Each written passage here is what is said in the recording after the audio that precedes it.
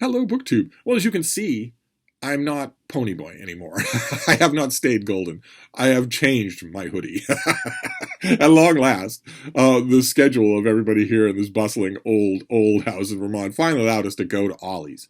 Ollie's is a big chain discount warehouse, just bursting at the seams with everything you could ever imagine for half the price you would find it anywhere else. Those of you who are of a certain vintage and from a certain area of the United States will remember Building 19. Some of you may be old enough to remember Building 19. If you remember Building 19, you'll remember a huge warehouse full of friendly people with aisles and aisles of cut-rate bargain stuff. And you may remember that Building 19 had a big sketch on the wall of the funny-faced, cartoonish owner listing the rules for Building 19. Rule number 1, the customer is always right. Rule number 2, if the customer isn't right, see rule number 1. And so on and so forth down the line. And with the motto, some of you may remember the motto for Building 19. The motto was, good stuff cheap. That is the motto for Ollie's. I can't help, and there's also that cartoon is on the wall with the same rules.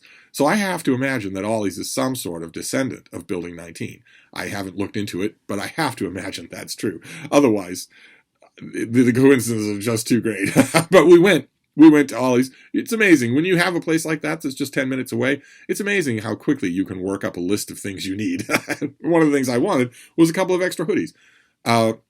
No reason to go ferreting around at secondhand shops and hope they have something roughly good when you get something new for the same low price. So in this case, we did it. The secondhand shops, the charity shops that Mark and I tend to get in the big red truck and go to, have the benefit of having hundreds and hundreds and hundreds of books. Ollie's has a huge book section. The first time that we went, when Bean and I came up here this time around, I didn't find anything that I wanted. But Ollie's wore me down. So I found some things today. I want to show you the new, this is a navy blue hoodie. I think there's a black one as well. But I want to show you some books as well. I got a novel and 3 graphic novels because they have a ton of comics. Ton of them. The novel I got is something I think we've seen on my channel before. But it would have been years ago when I got it new from the publisher. And keep in mind, I am amassing a small book collection here as well. I don't, hardly anything that I'm showing you in these Vermont videos is going to go back to Hyde Cottage with me when Thanksgiving is over.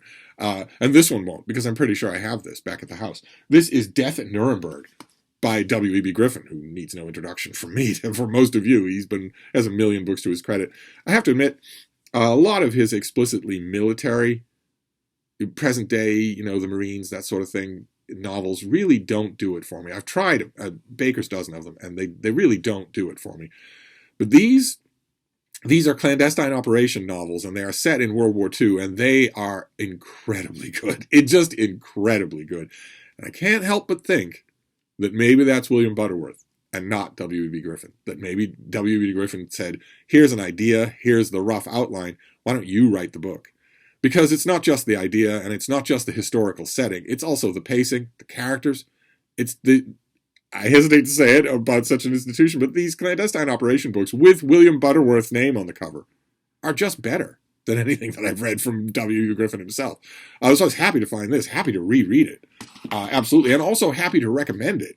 If you have somehow not learned of the clandestine operation novels, I think there are 6 of them, you're going to love them. If you love historical military thrillers, but it's not just that. I mean, that you will certainly love them if you love that, but there's also a lot of heart here, too, that I didn't really find in the hoorah Marine novels that were written by Griffin alone. So if you don't know about this series, they all have these very, very stylish covers. Then this one is Death at Nuremberg, and it's set around the Nuremberg trials. But I'm going to be happy to reread it, absolutely. And then we have graphic novels, and you're going to notice a theme.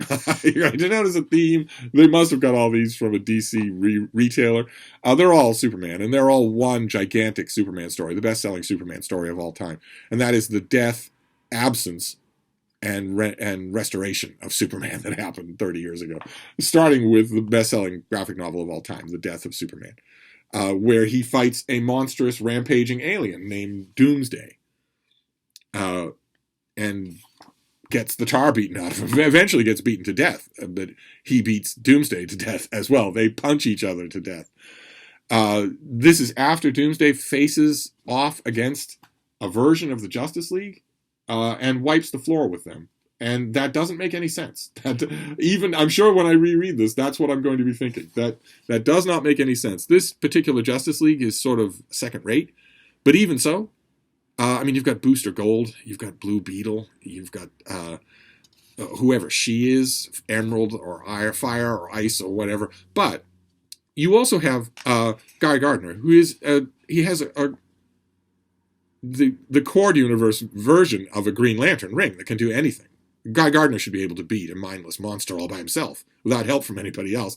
But you also have this character here. His name is Bloodwind, but secretly he is the Martian Manhunter, who has almost Superman-level strength, is able to shapeshift, can read and shut down minds, can turn invisible.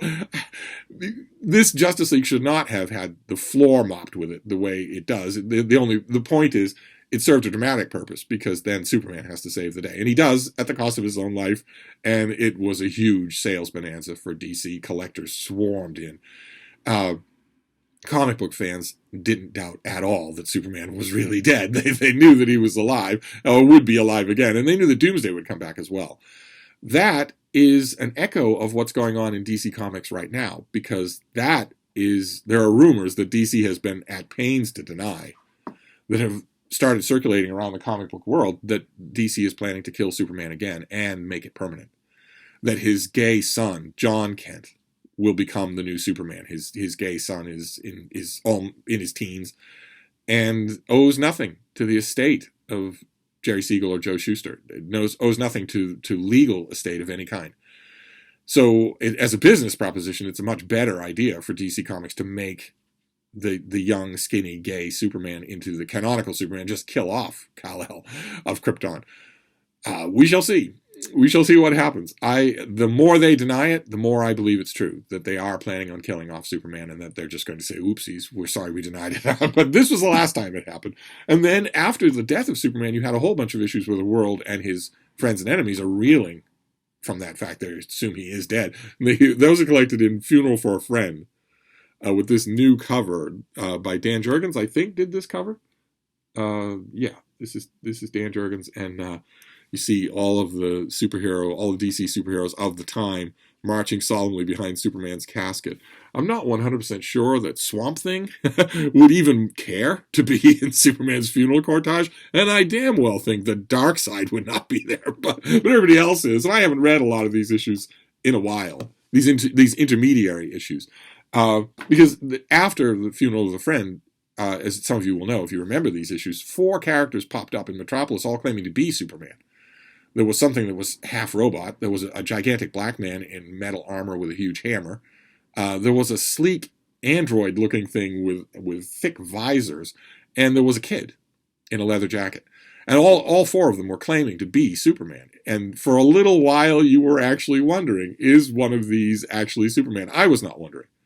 I had a perfectly good idea. I wasn't right in the specifics, but I had a perfectly good idea that all 4 of them were red herrings. And then you got a big story of the return of Superman.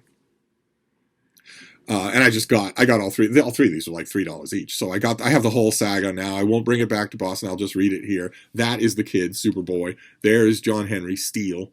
And I don't think the others are on here, but they're in here. And this, of course, has the climactic scene in the Fortress of Solitude, where a few of the remaining Ersatz Superman are wondering about this monstrous evil that's headed towards Metropolis, and you hear a voice off camera say, "Metropolis in danger? Over my dead body." And it's the real Superman, and he has really rockin' Billy Ray Cyrus hair. I haven't read these issues, some of them, in a long time, and they were dirt cheap. I know that I'm not going to be completely satisfied, but I got them anyway.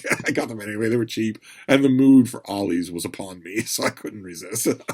But I don't know there are bookish adventures planned between now and Thanksgiving, so we may not have a book haul tomorrow. We'll see. I'll reconnect then, and we'll find out. Vermont has surprised me before. Thank you, BookTube.